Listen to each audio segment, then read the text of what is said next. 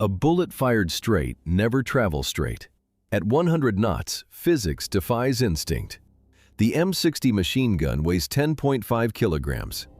Holding it steady against the rhythmic vibration of a Huey is impossible for more than 60 seconds. The weapon becomes a dead weight, fighting the gunner's muscles and the aircraft's sway. Why does a projectile miss a stationary target? The answer is forward momentum. A bullet exiting the barrel at 800 meters per second doesn't just go forward. It carries the lateral speed of the helicopter. To hit a sniper in the tree line, the gunner must aim at empty space. He leads the target, calculating a trajectory that feels like a mistake. In a static range, you line up the sights and squeeze. In the jungle, the ballistics are chaotic. The brass ignored this at first. They sent defenseless birds into hot zones at an alarming rate. The solution was crude. Mechanics tore the doors off. They strapped the crew chief into the opening with a nylon belt. The visual was raw. Brass casings from the M60 ejected into the slipstream. The wind caught them instantly, whipping the hot metal backward into the rotors or the cabin. Soon, one gun wasn't enough. The shotgun rider appeared on the opposite flank. He wasn't just a shooter, he was an extra set of eyes for the pilot, watching the skids and blades during tight landings in the brush. He maintained the guns. He hauled the wounded. When the LZ turned into a meat grinder, he provided the only wall of lead between the crew and the North Vietnamese army. He watched the tracers arch toward the green canopy, adjusting his lead in real time. The Pentagon bet on a flying taxi. Generals believed speed and altitude created a shield. It was a doctrinal hallucination.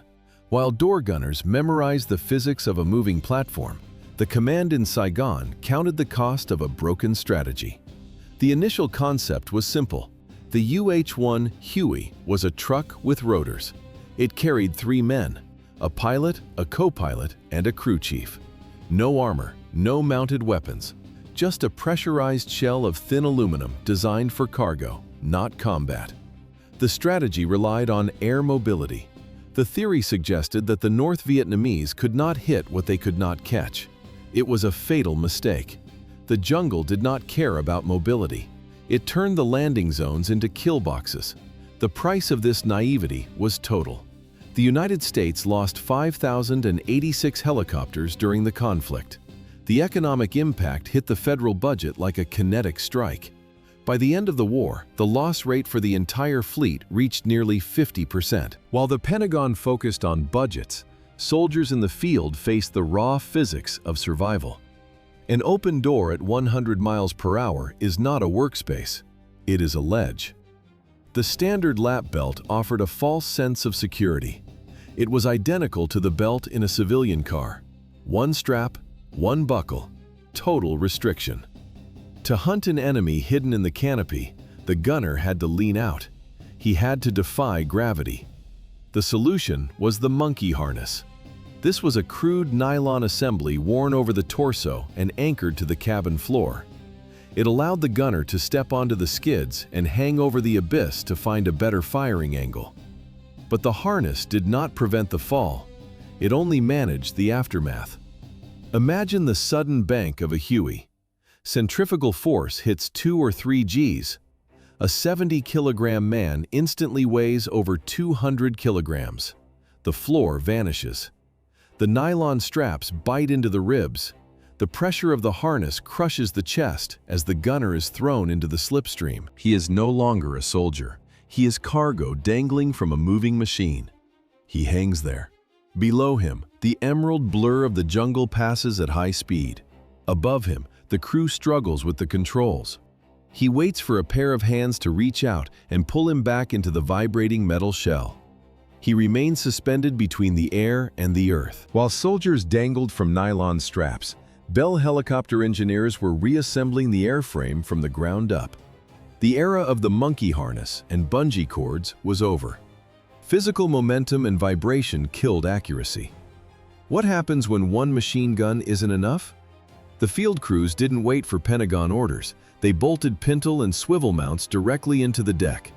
Some tied their M60 machine guns to the ceiling with bungee cords for a wider field of fire. It was lethal, but it was still a workaround. The military observed the carnage and chose to industrialize the improvisation. The transition to dedicated gunships began with the UH-1B and UH-1C models. These weren't transport ships with added guns. They were weapons platforms. Engineers integrated rocket pods and forward-firing systems directly into the flight controls.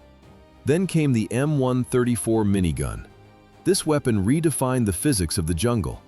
It fired 6,000 rounds per minute. That is 100 bullets every single second. At this density, the fire doesn't just hit targets. It shears through tropical timber like a chainsaw. The Huey was evolving, but it was still a utility bus trying to be a predator. This technical push eventually led to the AH-1 Cobra, a machine that would define the silhouette of attack aviation for the next 50 years. Bell Helicopter delivered the first purpose-built attack helicopter. The UH-1 series evolved, but the human inside remained a soft target. Engineering prioritized lift capacity over survival. A single layer of aluminum skin separated the crew from the jungle. It offered zero ballistic protection. What was the cost of a direct hit? An AK-47 round at 100 meters carries 2,000 joules of energy. It slices through the aircraft hull like paper. Standard-issue flak jackets were designed for shrapnel, not bullets.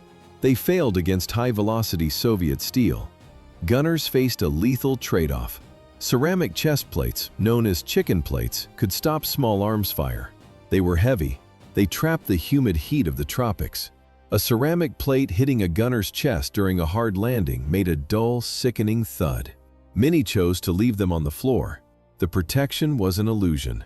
The flight helmet was a communication tool, not a shield. Weight meant everything. Extra armor meant less ammunition or slower climb rates. The gunner's only real defense was a constant stream of lead and a fast exit. In the doorway, there was no cover, just the open air and the gamble of speed. The crew chose mobility over the burden of useless steel. 5 minutes. That was the rumored life expectancy of a door gunner in a hot zone. The statistics were unofficial. The fear was not. They occupied the most exposed point of the airframe. The Vietcong knew it. To ground troops, the gunner was the primary threat. To the gunner, the open door was a bullseye. How many actually survived the first month? Casualty rates for these crews climbed higher than any other position in the sky. The Red Cross offered no sanctuary. International law meant nothing in the jungle. Washington deployed napalm and chemical defoliants. In response, the North Vietnamese ignored the Geneva Conventions. A medical Huey was just another target. These evacuation flights, known as dust-offs, flew directly into the teeth of active engagements. Neutrality was a myth. To survive the landing, the medics needed machine guns. Ceramic plates could stop a round, but they couldn't stop the political decision to fire on doctors. The gunners became more than shooters. They were weight bearers. They jumped into the mud to drag the wounded toward the rotors.